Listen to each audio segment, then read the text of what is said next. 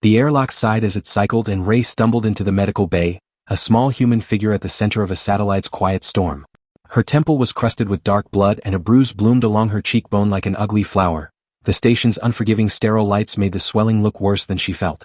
She leaned against the bulkhead, fingers splayed for balance, and found the corridor filled with eyes, crew clustered in knots, the whir of med scanners cutting through the low hum of the ship. The atmosphere wasn't ordinary concern. It carried an edge. Tin's voice cracked the hush. Names? He stood small and taut, barely 4 feet tall, fur along his spine pricked, ears flattened against his skull. The Yashir did not get loud often. They were the diplomats of 7 sectors, taught to smooth knives with words. Yet here Tin's tail whipped like a warning lash. Sela, his littermate, arrived seconds later, smaller, claws bared with fierce affection. She moved like a storm in miniature.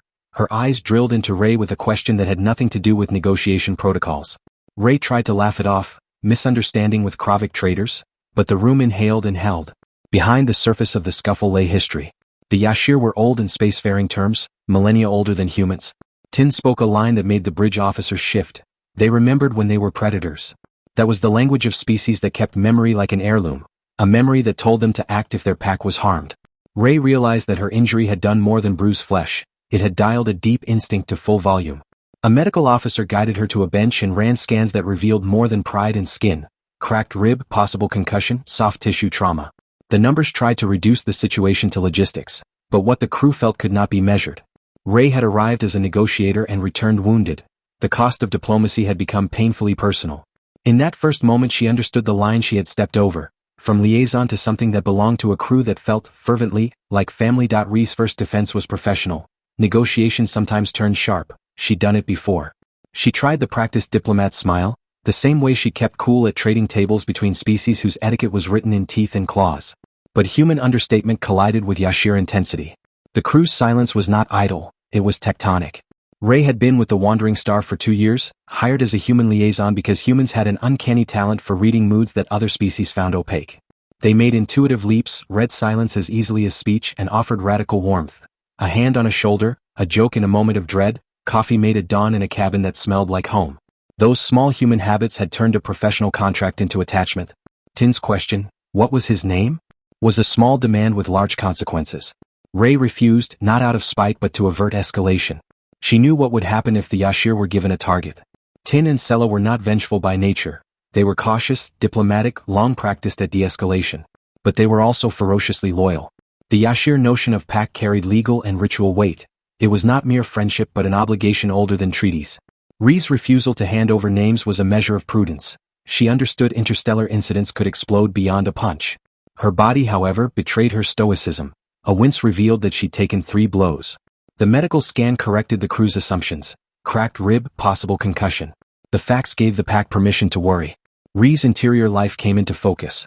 She had become part of rituals. She knew Tin's thermal settings, smoothed Sela's nights with running water, learned morning songs badly yet devotedly. She'd kept vigil for losses that stretched light years away. These acts were quiet investments that compounded into belonging. That belonging demanded protection in a way that was both beautiful and terrifying. For the Yashir, the question wasn't who struck her. It was what the strike meant, a breach of pack security. Ree's choice to keep the attacker's identity secret was not a betrayal of the pack but an attempt to manage the consequences, a reminder that being a diplomat often meant shielding those you served from the worst of your choices. Tin's anger was not mere fury, it was resonance with an older cultural drumbeat. He was a Yashir, bred over 3,000 years of spacefaring to be the voice at a table, to pull war from the edge with words, not weapons. Yet Ree's wound flipped a switch. Diplomacy gave way to a deeper ancestral code. You're ours, Tin said, voice lowered, revealing the tremor beneath his thunder. That phrase carried the Yashir's layered meanings. Protect, defend, and assume responsibility for the group's emotional equilibrium. Tin's teeth bared in a gesture that humans had learned to read as rage, but beneath it there was fear.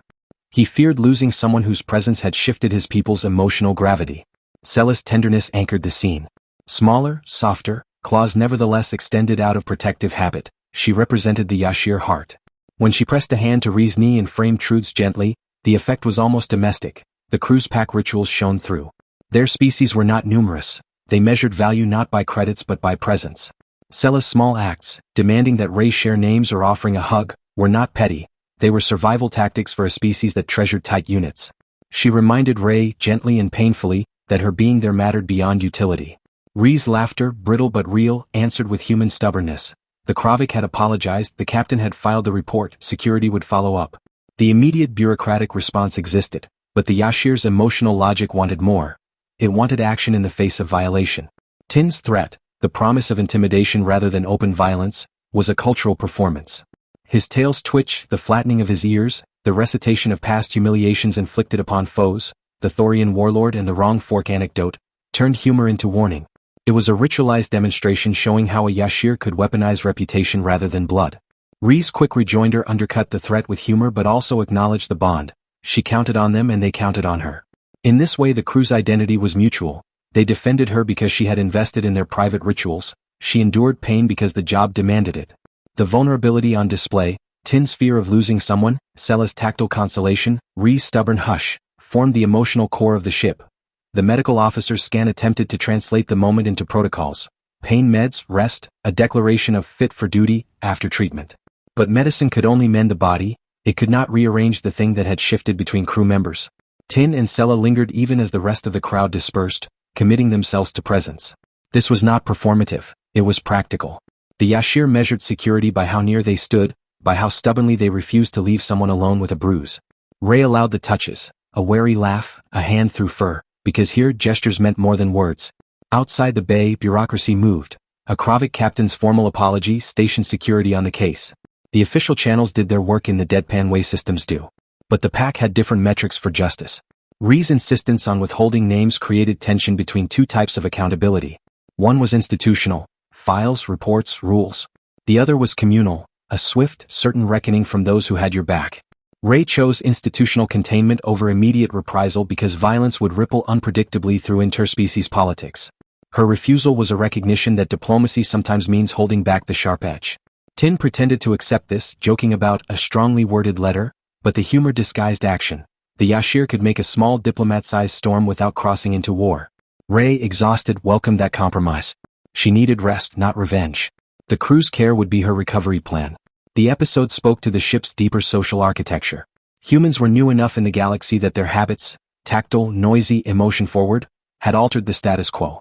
That change produced vulnerability. Species that once isolated themselves now felt the ache of care. The crew's transformation from colleagues to pack members reflected a broader cosmic trend. Ree's presence accelerated an intimacy that other ships might never see. In the quiet aftermath, the Wandering Star's corridors hummed with a new kind of insurance. Not just shields and scanners but hands ready to steady you when you stagger through an airlock. The final cadence of the scene is warm and resolute. Tin and Sella remained close, body language folding around Ray like a ritual blanket. Tin's earlier threat softened into practical bravado. He'd come back up next time, he insisted. He was small and fierce, proud of making a Thorian warlord apologize for an etiquette offense. The boast both amused and reassured. Sella's hug was the Yashir equivalent of prayer. It carried both worry and blessing. Ray closed her eyes and let herself feel the grounding warmth. This was a crew that would walk into danger for her and she for them. The galaxy beyond the station was indifferent and often cruel, but inside the ship she had a fragile, beloved bulwark. Ree's refusal to name the attacker remained, but she knew she wasn't alone in holding that line. Tin's strongly worded letter might be performative language, but it contained an implicit promise. The Yashir would use their influence to ensure the Kravik traders paid a social price. A diplomatic slight could be engineered into a corrective effect that didn't spill blood but preserved dignity, both for Ray and for a fragile political order. This balance between subtle pressure and measured restraint defined the crew's ethics. They could be terrifying but they were also careful. The scene ends with humor and an everyday ritual. First stroked, coffee in a cup far too pricey for the station, and the kind of planning that keeps families alive. At heart, the story is an argument for belonging as moral homework. Ray had joined the Wandering Star as a human liaison and left a pack member. The cost of that belonging was vulnerability, an acceptance that others would act on your behalf, sometimes in ways that made you uncomfortable. But it was also the most practical armor there is. People who would do small acts day after day to keep you whole. That is the pack's covenant. It doesn't erase the wide cold of space or the sharp edges of policy. Instead, it shapes how those edges are met.